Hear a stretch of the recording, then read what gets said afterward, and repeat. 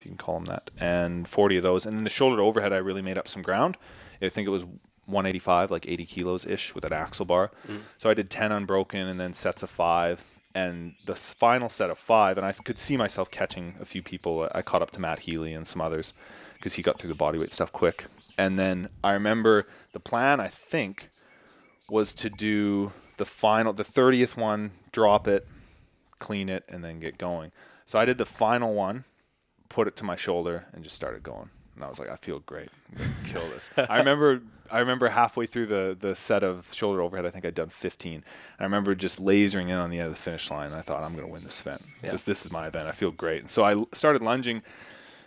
And the plan was maybe to drop it once. I just knew I'd just go based on feel. And I remember I got to halfway, and I was like, no, you can do this. Just go. So I just kept going, and I could hear in the corner of my eye, I thought I saw Rob Forte or Brandon Swan or someone drop it, or I thought someone was ahead of me. It was, you have tunnel vision, right? Especially with the plates on either side blocking your view. So I was just lunging step after step. The crowd was going nuts because you could see Rob Forte's fans just to the upper left of me cheering him on. And I had my fans right in front of me from CrossFit Broadbeach cheering me on. And I thought he was ahead of me. I couldn't really see. And what happened was I got really close to the finish and there was the line. And it was pretty far in front of me and I just wanted to get it over with. So I did one big step and my knee missed the ground. And then I re-dipped and it just touched the ground. I could feel my knee graze the ground. I didn't wear knee sleeves for that event. So this was straight on the concrete. There was no floor in that So bare knee just grazed the ground and I barely stood up. And I stood up, I looked at the judge and the head judge and the judge were both watching me and they both yelled at me, no rep, no rep. And my plan was if I got no rep, rather than waddling back, my strategy the whole time was going to be to drop it, drag it back and clean it again, thinking that would use less energy. So at that point I was wasted. So I dropped it, rolled it back, and they said, right here, right here. And I cleaned it, and Rob was just lunging past me, so he's going to win the event. Oh, crap. And then I thought I might be able to catch him, and they said, right here. I put my feet down, I looked forward, and they had moved me back too far, a little bit further than where I was, so I had to do 2 steps. And then I jumped over the line, and I went, oh, I can't believe you got me. I still got second in the event. It was pretty great. Yeah, it was a pretty cool moment. That was, I think that was the first time I saw you properly, compete really well and against all the big dogs. So that was good. That's always the one for you. Is like every year it's kind of like Roy. You have like the one long event, and you're like, I'm gonna fucking cross this shit. Yeah. I guess that wasn't the long that event. Wasn't that long that way. That was only 6 minutes. The long event was the dumbbell snatches. Oh yeah, it was 100 a day. Which was a really good event for me. But at the time, that dumbbell. 75 pounds or in kilos, what is it? 32 and a half kilos. That was still really heavy for me. So I would snatch, change arms and do a touch and go with the other just because picking it up dead off the ground was really hard on my back. So we kind of it worked and it was the best score that I could get.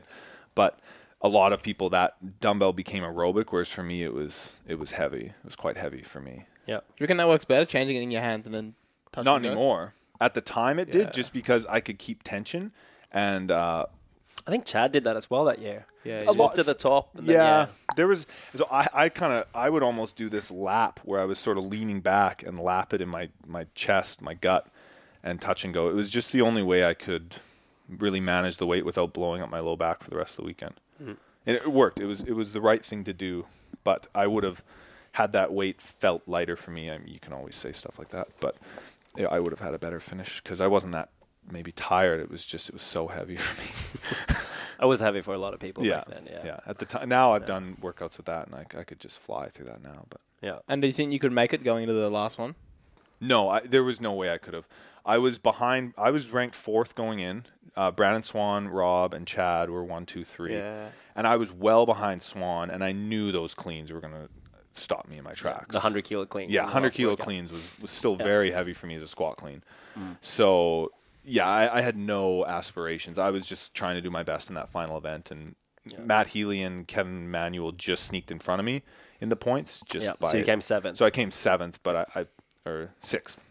Yeah. But no, there was no hope of me. I knew going into the final event, it wasn't like, you can do it, Brent. It was very much just do your best and there was no. I wasn't disappointed. I didn't make the games that year. Not like the next couple of years we'll talk about. Yeah. So let's wrap it up that year. Yep. That was 2013. You ended up 6th in the Australian regional. Yep. And obviously being Canadian, then you had another year. You moved back to Canada. Yep. And take us through your mindset and a little bit about your training in that year, going from doing pretty well in the Australian regional and then arguably going into a weaker region. Yes. Did you already then had the mindset like, I can make the games? No. So I've always been someone who's fairly modest in that sort of mindset. I'm not someone who really pads myself up, pads my own ego with that sort of stuff. I've been raised with people, with coaches and stuff, mostly focusing on just doing your best and, maybe, yeah. So no, in the short answer, no. After regionals, I started in Australia. I was basically just having a lot of fun because I was leaving Australia. So I partied a bit and played a lot of volleyball. And then I developed some patella tendonitis, which was there a little bit before regionals, but I sort of wasn't an issue during regionals, but it became one after.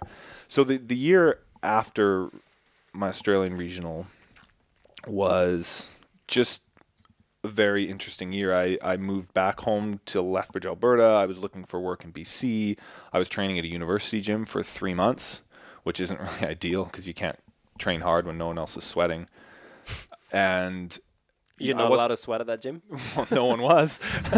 If you were out of breath, a global it's frowned gym, upon. It's frowned upon to be out of breath and to sweat hard and work hard. And so it was just awkward. I still got a lot of good work in, and I wasn't squatting until basically until December or January of leading up into the Open, hardly any squatting at all.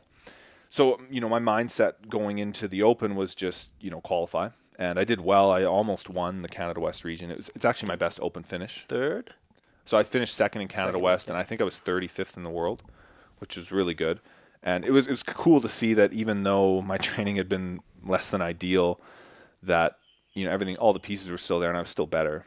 And it was cool because in CrossFit everyone's getting better, and so to somehow get better but also increase at a greater rate than those around me surprised me because I just hadn't felt that I'd got that much better. But I did, I guess. And so sorry, during that year, because we talk about knees quite a lot on the podcast. It's a current theme. Yeah. Because you and Lockie have bad knees. Yeah. So you had Lockie's knees. What did you do? Tell me. So you had patella tendonitis, so the one at the bottom of the knee. Bottom of the knee on the left knee. And I remember seeing some videos of you training, and it was like weird ass box squats, like ass like a meter back from your knees. Yeah. And you did like wall balls like that, and like everything like that. So Yeah. for a whole even year. if you watch, even a rowing thing. Didn't you have like a rowing setup? Yep. Yeah, I remember that. So my knees didn't even go past 90 on rowing. So there was basically imagine putting a heavy kettlebell in front of the seat, so that the seat couldn't even go further forward. It was a setup. I rigged it up. Yeah. A whole bunch of stuff like that, and it. I mean, even leading, Who told you to do this? Was this your idea, or did you? This was raw strength and conditioning. Yeah. Okay, so at this point, you basically followed Rob's training. Yeah. Enlisted the help of Rob for that, and even leading. If you watch videos of me competing at regionals and watch me do my wall balls there, it's like sumo deadlift, high pull stance for wall balls, and my shins are vertical. Yeah. And it worked. I mean. I haven't had knee pain since at all. And you still move similar to that? Yeah, I've transitioned back to a more natural squatting stance. It's definitely different than what it was, which caused the knee pain. But what was that? Just your knees going forward? Just knees going forward. Yeah. It was I mean, if you ask me after a set of squats, wall balls, pistols, jumping, cleans, snatches, what hurt? I'd say, my quads are on fire. Yeah. And so, and even playing volleyball, when I played beach or indoor volleyball, it was my quads that were doing all the work. So it's kind of a shock that I didn't have knee pain until then and even I biked everywhere in the Gold Coast, and I had a bike that was way too small for me. So it was all quad because I was just hunched over. So it was just kind of a matter of time. And then I just developed stronger hamstrings and stronger butt. Do you do like reverse hypers, glute ham raises? I don't own a reverse hyper, but glute ham raises are part of what we do, and it's my deadlift is a priority, and you can't really deadlift heavy all the time, so we do a lot of good mornings and GHD, everything. Glute hamstring raises quite a bit. So to make all that progress, basically you followed Rob Downton's programming by yourself. Yes. Scored into a box in Canada. So, yes. Basically, this is actually a funny story. So I moved to Kelowna. So from December 1st until about even February 28th, I would train in the morning. There weren't any classes in the morning at the gym I was at. I had a key. And I would train in the morning for an hour or two, almost exclusively alone. I lived pretty much alone, and then I would go to work. I had a lot of fun that time, actually. And I'm being serious. It was good. It was good to have that kind of focus. There was one guy that would come in, he had a family, and so he'd come in and train with me, and he would kind of do his own thing, and we'd chat, but it was just me. In the freezing cold. Yeah, I'd bike in my snowsuit on a push bike, like 15 minutes to and from. I like biking, and so I got used to that on the Gold Coast, biking everywhere, and so I've tried to stick with that in Kelowna. I bike every day of the year, pretty much. Even in the snow? On a push bike? Yeah. Well, there's usually some area, whether the sidewalk or the road is packed down from the cars or someone shoveled. It's only when there's fresh snow overnight and no one's driven on the road that you can't. But someone's always driven on the road, so there's always somewhere you can bike. Yeah. No, thank you. Yeah. I used to do that. And you train once a day? Yeah. The only time during the year that I train twice a day would be like Friday, Saturday, Sundays in the couple months prior to regionals. And outside that, it's all once a day? Yeah, all once a day. Yeah. And I know a lot of people that listen do Rob stuff. Could you give us an insight a little bit into what it's like? From what I've seen, it's like a little bit more like strength and conditioning as opposed to like pure CrossFit stuff. I could be totally wrong there. So he tailors. I have an individualized program, so I can't speak to what everyone gets.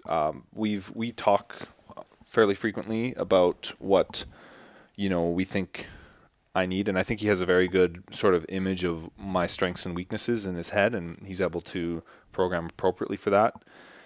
And I mean, for me, the last month, it's been a lot of bodybuilding, really. Like, it's just been a lot of just pressing and pulling in 3 directions and every way you can think of, really. And this year it's changed, right? But it's been, I mean, for me, when you say strength and conditioning, that's what it is for me, except without the conditioning. Because I mean, especially after regionals, we're kind of jumping ahead again, but from regionals 2014 in Canada when I came 3rd until regionals 2015 when I came 7th, that time period I did very little conditioning, and I still won the chipper by a margin that was, in my opinion, a greater margin than the year before when I won it, the chipper. So, and we did very little conditioning. When you say very little, you mean like once or twice a week? Well, I guess let me put it to you this way. In leading up to regionals, they announced the chipper, which is the run, the wall ball, the run, the overhead squats, the GC setups, yada yada. So we did a mock trial of that during one of the days, because you can't just keep hitting that event.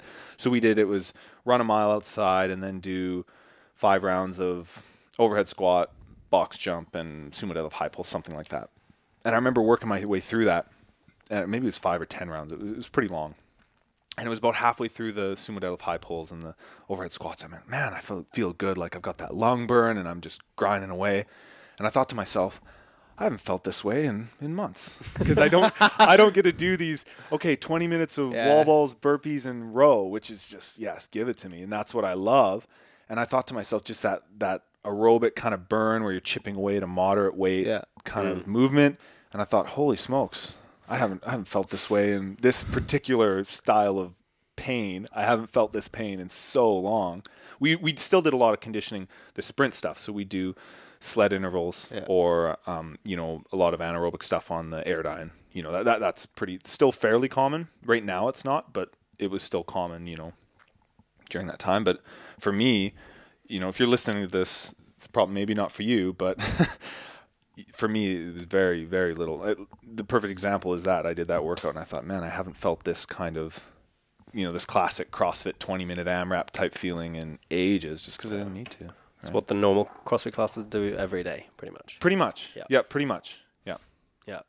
It's interesting how that still felt really good for you. Like, it sounds like you felt really fit, even though you hadn't hit it for months. Felt so fit. Felt like, yeah, and it's people get worried that they're not doing that enough. But for you, it's not an issue, right? Yeah. And so for some people that is an issue, and then and some people don't hit that stuff enough, or they only hit that at the end of their training. Yeah. They do their strength, they do their skill, and then I got to do a Metcon.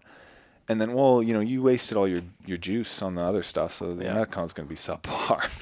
But yeah, so for me it wasn't. And so when I did that, man, I felt like a weapon, and that's how I usually feel in comps and events that are good for me. I just feel that burn, and I'm thinking, man, I could do this all day. And that's usually the events I do well in, is when I get that feeling, kind of, that burn in your lungs. Yeah, you can just keep going. And I can just keep going, and I look around, and everyone else is in a lot more pain. Yeah.